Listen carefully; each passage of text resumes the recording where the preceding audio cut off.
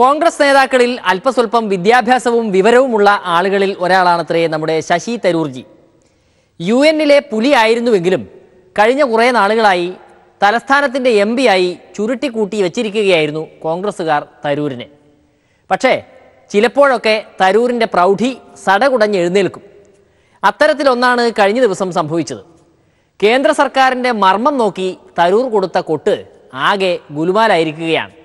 BJP-ക്കാർ മാത്രമല്ല കോൺഗ്രസ്സുകാരെയും വെട്ടിലാക്കി കളഞ്ഞു തരൂർ. നാട്ടുമുക്കിലെ പാട്ടുപന്തലിൽ കാത്തിരിപ്പവനോ ശശി, തേച്ച ചായ മുരച്ചു ചുറ്റിനും തേപ്പുതിർത്തവനോ ശശി, നാട്ടിലെ നിഴൽ കൂട്ടമൊക്കെയും ആദരിപ്പവനോ ശശി, ആരുമില്ലിനി കാണുവാൻ ഇതു കേൾക്കുവാൻ അയാൾ ശശി. നാട്ടുമുക്കിലെ പാട്ടുപന്തലിൽ കോട്ടത്തല മോഹൻ പറഞ്ഞു, ഞാൻ പ്രഭാഷണം ചെയ്യണമെങ്കിൽ ഇംഗ്ലീഷ് ചെയ്താലായിരിക്കും നിങ്ങൾക്ക് കുറച്ചും കൂടി നന്നായിരിക്കുകയാണ്. അത് ലണ്ടനിൽ ജനിച്ച കാരണമല്ല, ഇംഗ്ലീഷൊക്കെ ഇവിടെ തന്നെ പഠിച്ചത്. പക്ഷെ ഞാൻ നമ്മളുടെ കേരളത്തിൽ ജീവിച്ചിട്ടില്ല, ഇവിടെ എല്ലാം പഠിച്ച് വളർന്നതൊക്കെ. അതുകൊണ്ട് എൻ്റെ മലയാളം ഒരു കേട്ട് മനസ്സിലാക്കിയ മലയാളമാണ്. നല്ല ശുദ്ധ സംസ്കൃത മലയാളം ഭാഷ സംസാരിക്കാനുള്ള കഴിവ് എനിക്കില്ല, നിങ്ങൾക്കറിയാമല്ലോ. ഞാൻ സാധാരണക്കാരുടെ ഭാഷ സംസാരിക്കും.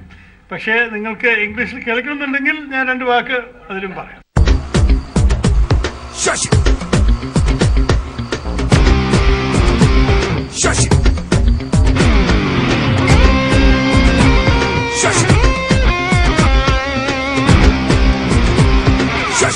വല്ലതുമൊക്കെ 4 വിളിച്ചു പറയണമെങ്കിൽ ഇംഗ്ലീഷ് തന്നെ വേണം എന്ന് തരൂർജിക്ക് നന്നായി അറിയാം. ഇങ്ങ് തിരുവനന്തപുരത്തിരുന്ന് മലയാളത്തിൽ എന്തെങ്കിലും വിളിച്ചു പറഞ്ഞിട്ട് എന്ത് കാര്യം? പറയുമ്പോൾ അങ്ങ് ദില്ലിയിൽ കേൾക്കണം. അതിന് ഇംഗ്ലീഷാണ് ബെസ്റ്റ്. മതമേതായാലും ജാതി ഏതായാലും ഭാഷ ഏതായാലും വേഷം ഏതായാലും ഭക്ഷണം ഏതായാലും നിറം ഏതായാലും ഭാരതീയരാണെങ്കിൽ എല്ലാവർക്കും ഒരേ അവകാശമാണ്. That was the core principle of our democracy for the last 70 years. അപ്പോൾ ഞാൻ മലയാളത്തിലല്ലേ പറഞ്ഞത്, എനിക്ക് ഇംഗ്ലീഷിൽ പറയാം. Those who rule us today are undermining the essence of India. Oxford ഇംഗ്ലീഷിൽ പറയുന്ന ഉമ്മൻചാണ്ടിയാണ് തരൂരെന്നാണ് കോൺഗ്രസിലെ തന്നെ ചില ബുദ്ധിജീവികൾ പറയുന്നത്. അത്രയ്ക്ക് കൗശലക്കാരനാണ് ടിയാൻ. BJP ഇനിയും രാജ്യം ഭരിച്ചാൽ ഇവിടെ ഒരു ഹിന്ദു പാകിസ്ഥാൻ ഉണ്ടാകും എന്നൊക്കെ കൃത്യമായി പ്ലാൻ ഇട്ടാണ് തരൂർജി വെച്ച് കാച്ചിയത്. BJPക്ക് കൊള്ളേണ്ടടുത്ത് കൊണ്ടുവെങ്കിലും കോൺഗ്രസ്സുകാർക്ക് ഇപ്പോഴും അതെന്താണെന്ന് മനസ്സിലായിട്ടില്ലെന്ന് തോന്നുന്നു. So the great danger then is, if they have been able to win a repeat of their current strength in the Lok Sabha, then frankly our democratic constitution as we understand it will not survive, because then they will have all the 3 elements they need to tear up the constitution of India and write a new one. And that will be a new one that will enshrine the principle of a Hindu Rashtra, that will remove equality for the minorities, that will create a Hindu Pakistan. And that is not what Mahatma Gandhi, Jawaharlal Nehru, Maulana Azad, Sardar Patel and the great heroes of our freedom struggle.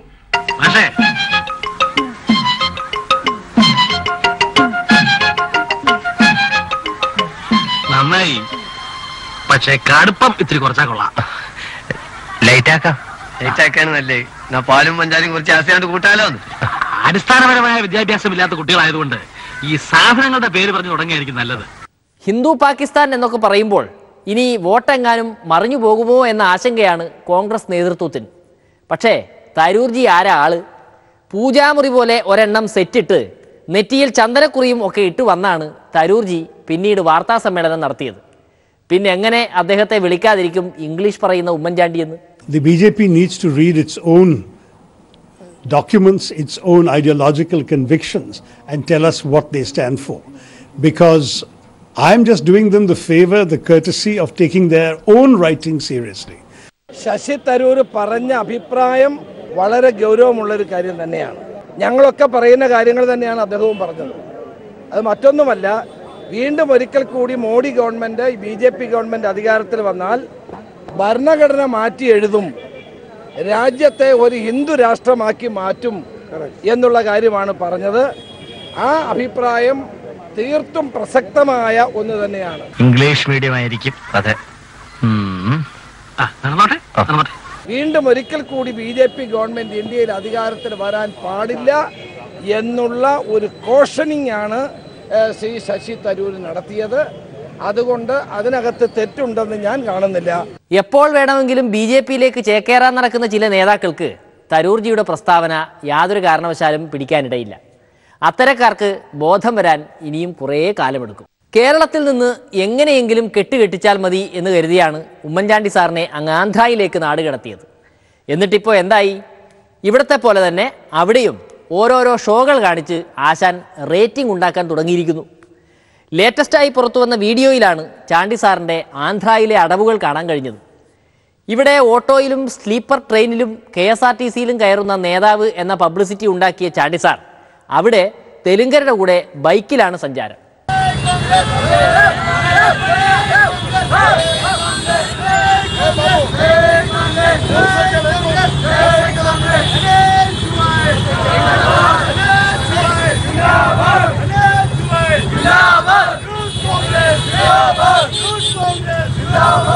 നിങ്ങൾ വലിയവനാണ്.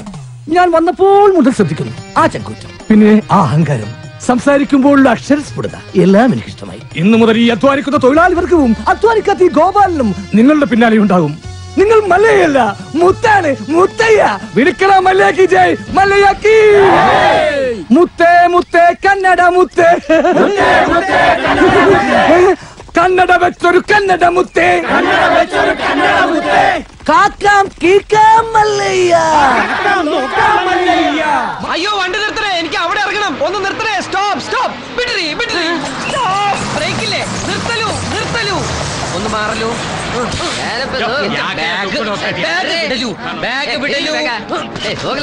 Chandy sir ആന്ധ്രാക്കാരെ കയ്യിലെടുത്ത് അതുവഴി south ഇന്ത്യയുടെ മൊത്തം നേതാവായി പിന്നീട് ദേശീയ നേതാവായി കളയുമോ എന്നാണ് കേരളത്തിലെ നേതാക്കളുടെ പേടി.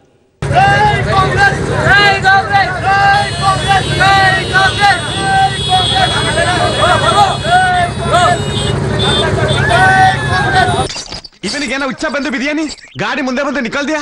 എനിക്കൊന്നും മനസ്സിലായില്ല. ചേട്ടൻ മലയാളിയല്ലേ? ക്യാക്കൊന്നും പറയണ്ട. ചേട്ടന്റെ മോൻ കണ്ടാൽ അറിയാം ചേട്ടൻ ഒരു പച്ച മലയാളിയാന്ന്. എന്റെ ചേട്ടാ ഞാൻ ആകെ പെട്ടിരിക്കുക. ദാരുപീടിയ ഞങ്ങളുടെ ദിനേശ് പീഡിയ.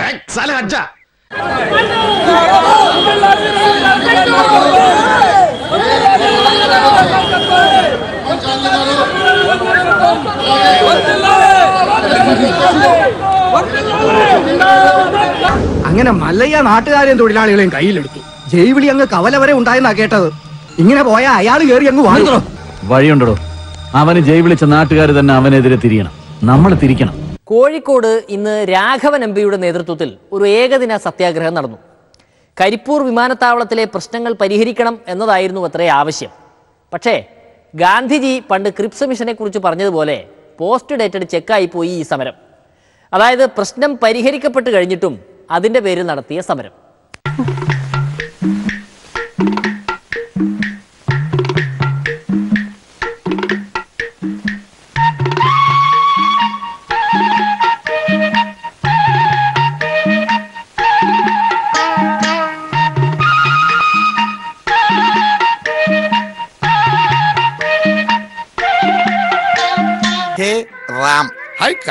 കയറി ഇരിക്കാനല്ലേ പറഞ്ഞത്? ഒരു നിമിഷം ഞാൻ മഹാത്മാവിനെ ഓർത്തുപോയി. എന്താ വെളുത്ത വസ്ത്രങ്ങൾ അണിഞ്ഞത്? വിധവനാണോ? അല്ല, ഞാനും ഈ പ്രസ്ഥാനക്കാരനാ. കണ്ണിക്കണ്ട കള്ളനും കുള്ളനും കൊള്ളക്കാർക്കും പിടിച്ചുപറിക്കാർക്കൊക്കെ ധരിക്കാവുന്ന വസ്ത്രമായി മാറിയിരിക്കുന്നു ഇത്. നിരാഹാരമെന്ന് എഴുതി വെച്ചിട്ട് ഇതെന്താ ചിക്കൻ ഫ്രൂട്ട്സ്? ഇത് നിരാഹാര സമരത്തിന്റെ മറ്റൊരു മുഖമാണ്, നിരന്തരാഹാര സമരം. പരിഹരിക്കപ്പെടും എന്നുറപ്പായ പ്രശ്നത്തിന്റെ പേരിലാണ് ഈ 24 മണിക്കൂർ സത്യാഗ്രഹം രാഘവൻ സാർ സംഘടിപ്പിച്ചതും. 24-ാം മണിക്കൂറിൽ സത്യാഗ്രഹം അവസാനിപ്പിക്കാൻ ഇരുന്നതാണ്. പക്ഷേ പ്രതിപക്ഷ നേതാവ് 3 മണിക്കൂർ താമസിച്ചെത്തി രാഘവൻ സാറിനെ ചതിച്ചു കളഞ്ഞു.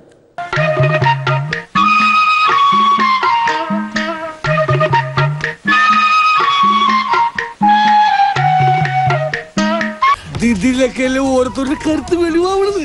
പക്ഷേ പിടി പൂക്കൾ സത്യവാ പിടി ഒറ്റ വലി, അതാണ് ഉത്തമം.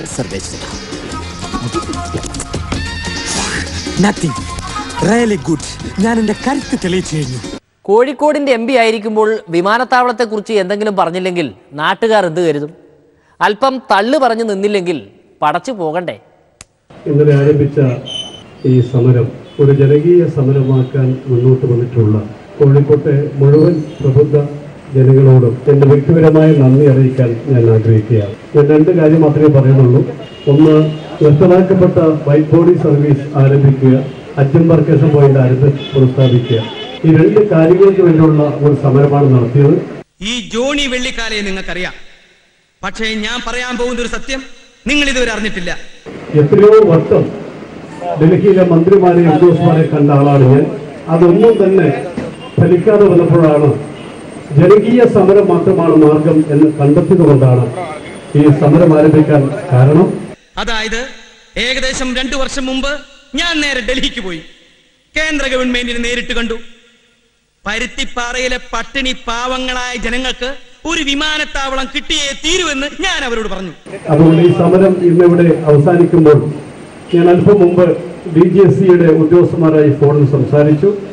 അവരെന്നോട് സൂചിപ്പിച്ചത് അനുകൂലമായ നിലപാട് ഉണ്ടാകും എന്നാണ് എന്നെ അറിയിച്ചിട്ടുള്ളത്. ഞാൻ എന്നാൽ തന്നെ മറുപടി പറഞ്ഞിട്ടുണ്ട്.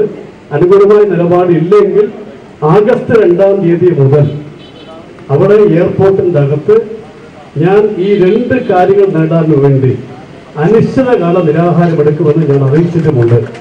ആദ്യമൊന്നും അവരെന്റെ ആവശ്യം ചെവികൊണ്ടില്ല, പക്ഷേ ഞാൻ വിട്ടില്ല. ഒരു ദിവസം ക്ഷമകെട്ട ഞാൻ ഒരു കേന്ദ്രമന്ത്രിയുടെ ചെവിട്ട് തടിച്ചു. അംബാനിയുമായുള്ള സൗഹൃദ കണക്കിലെ ഏറ്റവും പുതിയ ഒന്നാണല്ലോ ഇപ്പോൾ വാർത്തകളിൽ ഇടം പിടിച്ചിരിക്കുന്നത്.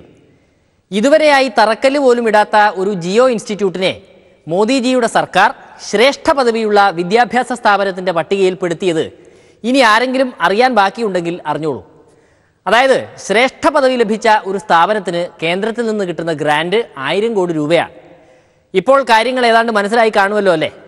JNUവിന് പോലും കൊടുക്കാത്ത ശ്രേഷ്ഠ പദവിയാണ് ഈ തറക്കല്ല് പോലും ഇടാത്ത ഇൻസ്റ്റിറ്റ്യൂട്ടിന് നൽകിയിരിക്കുന്നത്. एक बेहद अनूठा मामला सामने आया है. HRD मिनिस्ट्री ने एक लिस्ट जारी की है जिसमें 6 संस्थानों की लिस्ट है जो देश के सबसे अव्वल दर्जे के कॉलेज, इंस्टीट्यूट या यूनिवर्सिटी माने जाएंगे. इसमें IIT Delhi, IIT Bombay, IISc Bengaluru के साथ रिलायंस फाउंडेशन के जियो इंस्टीट्यूट का भी नाम है.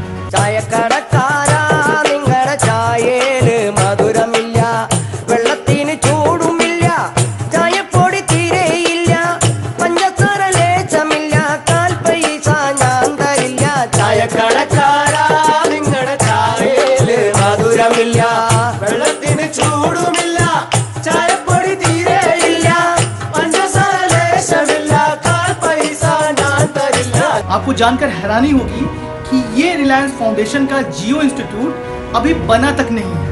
साथ ही लगभग 3 साल के बाद यहाँ पर पढ़ाई लिखाई शुरू की जा सकेगी.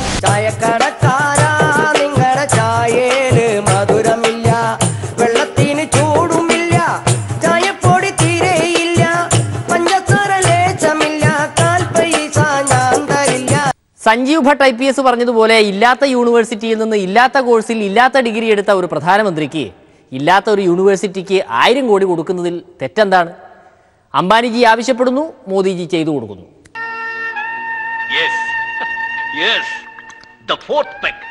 നാലാമത്തെ പെഗിന് മുമ്പ് നീ എത്തി.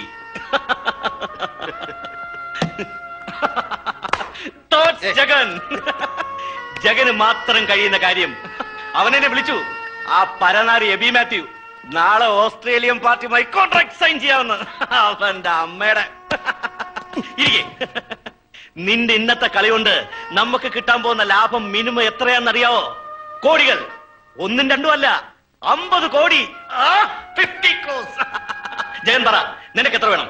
5ഓ 10ഓ? അതോ ഹാഫ് ഓഫ് ദ മണി? കള്ളൻ, വേണ്ടാന്ന് പറയരുത്.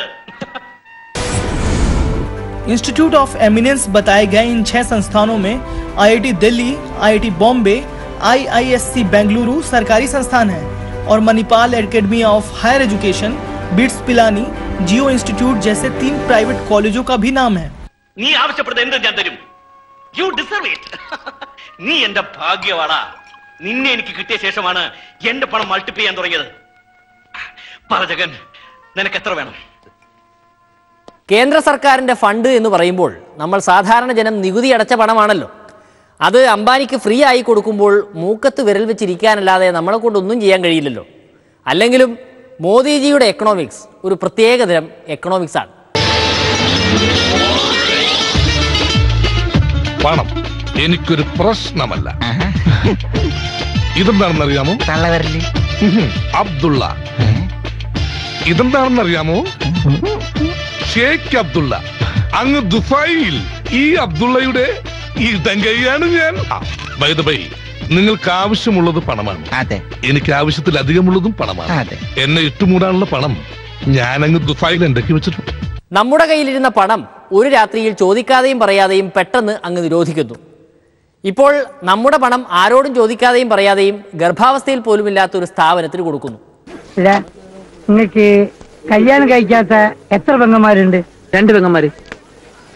അത് പെണ്ണാനൊന്നും നേരില്ല. 2000 ഉണ്ടാവും. പാവം പെൺകുട്ടികള് കഴിച്ചിലാവട്ടെ. ഇത് 2000 ഉണ്ടാവും.